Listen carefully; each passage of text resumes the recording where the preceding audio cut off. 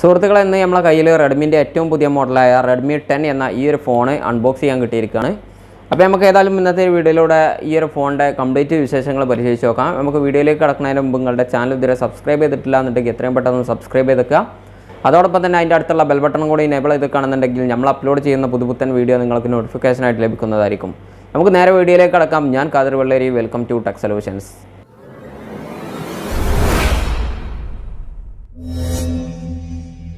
അപ്പോൾ സുഹൃത്തുക്കളെ, നമുക്ക് എംഐൻ്റെ റെഡ്മി 10 എന്ന ഈ ഒരു ഫോൺ അൺബോക്സ് ചെയ്യാം. നമ്മൾ ഈ ഒരു ഭാഗങ്ങളൊക്കെ പരിശോധിച്ച് നോക്കുമ്പോൾ ഈ ഭാഗത്ത് നമുക്ക് ഈ ഒരു ഫോണിൻ്റെ ഫോട്ടോ കാണാൻ പറ്റിയിട്ടുണ്ട്.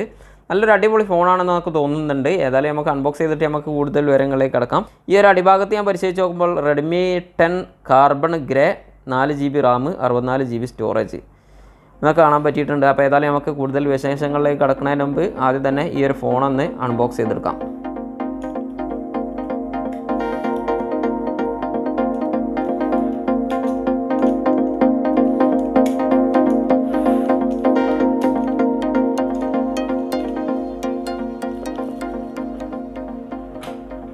ഞാൻ അൺബോക്സ് ചെയ്ത് ഈ ഒരു സൈഡിലായിട്ട് നമുക്കൊന്നും കിട്ടിയിട്ടില്ല.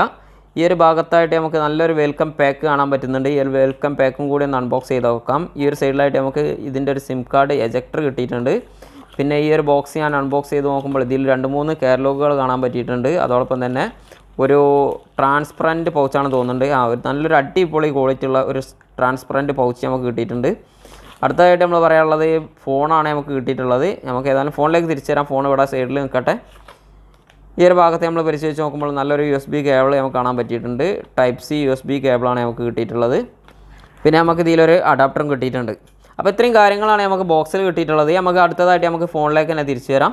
ഈ ഒരു ഭാഗത്തായിട്ട് നമുക്ക് 50 മെഗാപിക്സൽ കോഡ് ക്യാമറ എന്നുള്ളത് കാണാൻ പറ്റുന്നുണ്ട്. ഡുവൽ സ്പീക്കർ എന്നുള്ളതും കാണാൻ പറ്റുന്നുണ്ട്.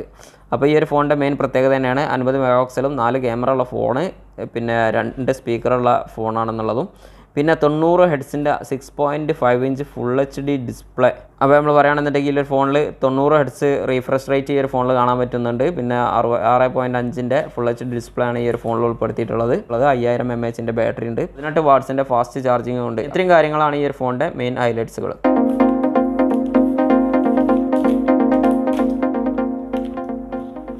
ഇപ്പോൾ നമ്മൾ ഫോൺ കംപ്ലീറ്റ് ഓപ്പൺ ആക്കി. ഫോണിൻ്റെ ലുക്കിനെ പറ്റി പറയുകയാണെന്നുണ്ടെങ്കിൽ ഒരു രക്ഷയില്ല, നല്ല ലുക്ക് തന്നെയാണ്. പിന്നെ ഈ ഒരു ഫോണിൻ്റെ ബാക്ക് ഡിസൈനിങ്, ക്യാമറ ഡിസൈനിങ് എല്ലാ ഫോണിൽ നിന്നും കുറച്ച് മാറ്റം ഈ ഒരു ഫോണിൽ കൊണ്ടുവന്നിട്ടുണ്ട്. ഇതിൻ്റെ മെയിൻ ക്യാമറ കൊടുത്തിട്ടുള്ളത് 50 മെഗാപിക്സലും, അൾട്രാ വൈഡ് ആയിട്ട് കൊടുത്തിട്ടുള്ളത് 8 മെഗാപിക്സലും, മാക്രോ ലെൻസ് ആയിട്ട് കൊടുത്തിട്ടുള്ളത് 2 മെഗാപിക്സലും, ഡെപ്ത് സെൻസർ കൊടുത്തിട്ടുള്ളത് 2 മെഗാപിക്സലുമാണ്. പിന്നെ നമ്മൾ ഈ ഒരു ഫോണിൻ്റെ ബോഡിയെ പറ്റി പറയുകയാണെന്നുണ്ടെങ്കിൽ ഈ ഒരു ഫോണിൻ്റെ ബോഡി വന്നിട്ടുള്ളത് പ്ലാസ്റ്റിക് ബോഡിയാണ്. പിന്നെ ഫ്രെയിമായിട്ട് കൊടുത്തിട്ടുള്ളതും പ്ലാസ്റ്റിക് ഫ്രെയിം തന്നെയാണ്. പിന്നെ നമ്മൾ ഈ ഒരു ഫോണിൻ്റെ തിക്നെസ്സിനെ പറ്റി പറയുകയാണെന്നുണ്ടെങ്കിൽ 8.9 mm ആണ് ഈ ഒരു ഫോണിൻ്റെ തിക്നെസ്. വലിയൊരു തിക്നെസ് ആയിട്ടൊന്നും നമുക്ക് തോന്നുന്നില്ല. ഈ ഒരു ഫോണിൻ്റെ സ്പീക്കർ പറയുകയാണെന്നുണ്ടെങ്കിൽ താഴെ ഭാഗത്തായിട്ട് ഒരു സ്പീക്കർ കാണാൻ പറ്റിയിട്ടുണ്ട്. മേലെ ഭാഗത്തായിട്ടും നമുക്കൊരു സ്പീക്കർ കാണാൻ പറ്റുന്നുണ്ട്. പിന്നെ 3.5 mm ഒരു headphone jack, noise cancellation mic, volume up and down button, power ബട്ടണോട് കൂടിയിട്ടുള്ള ഫിംഗർ പ്രിൻറ്റ്, പിന്നെ താഴെ ഭാഗത്തായിട്ട് Type-C ഇൻപുട്ട്, ഒരു മൈക്രോഫോൺ. ഇത്രയും കാര്യങ്ങളാണ് നമുക്ക് ഒരു സൈഡിലായിട്ട് കാണാൻ പറ്റിയിട്ടുള്ളത്. പിന്നെ ഈ ഒരു ഭാഗത്തായിട്ടാണ് ഇതിൻ്റെ SIM card tray company arrange ചെയ്തിട്ടുള്ളത്. സിം കാർഡ് ട്രേയും കൂടി ഒന്ന് നമുക്ക് പരിശോധിച്ച് നോക്കാം. ഈ ഒരു ഫോണിൻ്റെ സിം കാർഡ് ട്രേ നമ്മൾ പരിശോധിച്ച് നോക്കുമ്പോൾ 2 സിം കാർഡും ഒരു മെമ്മറി കാർഡും നമുക്ക് ഒരേ സമയം ഉപയോഗിക്കാൻ പറ്റും. അടുത്തതായിട്ട് നമുക്ക് ഈ ഒരു ഫോണൊന്ന് ഓപ്പൺ ആക്കിയിട്ട് പരിശോധിച്ച് നോക്കാം.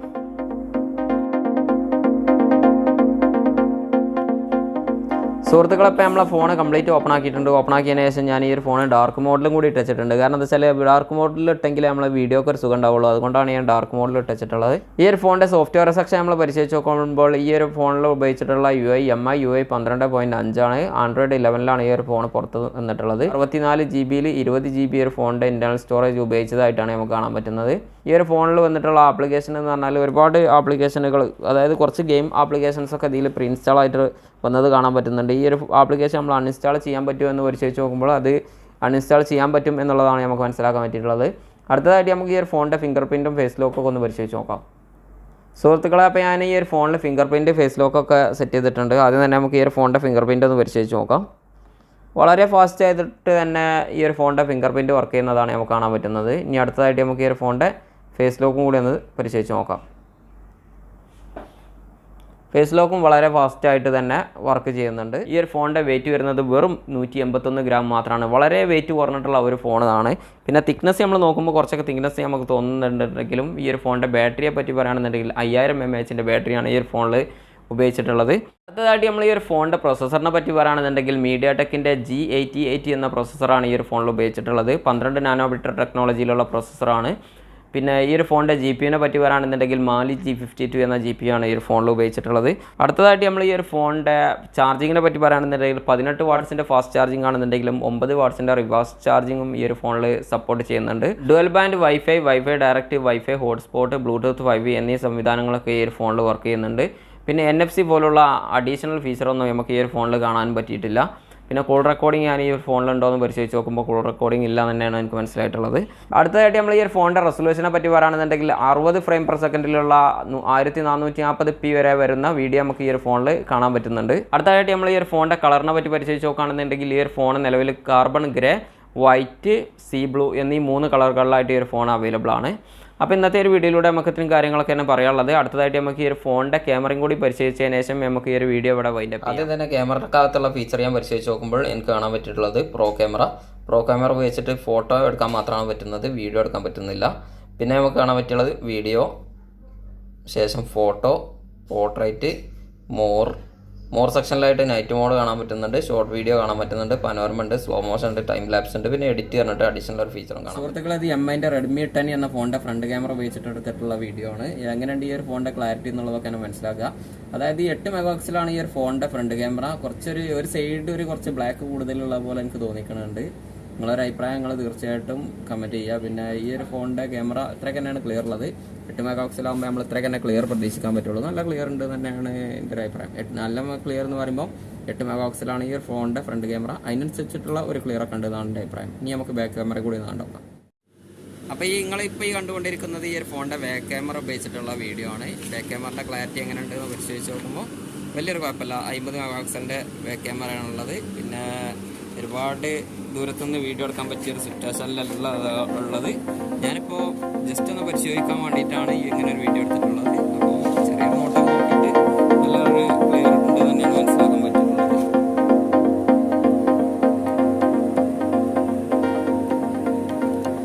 അവസാനമായിട്ട് ഈ ഒരു ഫോണിൻ്റെ പ്രൈസിനെ പറ്റി പറയുകയാണെന്നുണ്ടെങ്കിൽ നിലവിൽ ഒമാൻ റേറ്റ് പറയുകയാണെന്നുണ്ടെങ്കിൽ ഈ ഒരു ഫോണിൻ്റെ പ്രൈസ് 63 റിയാലാണ്.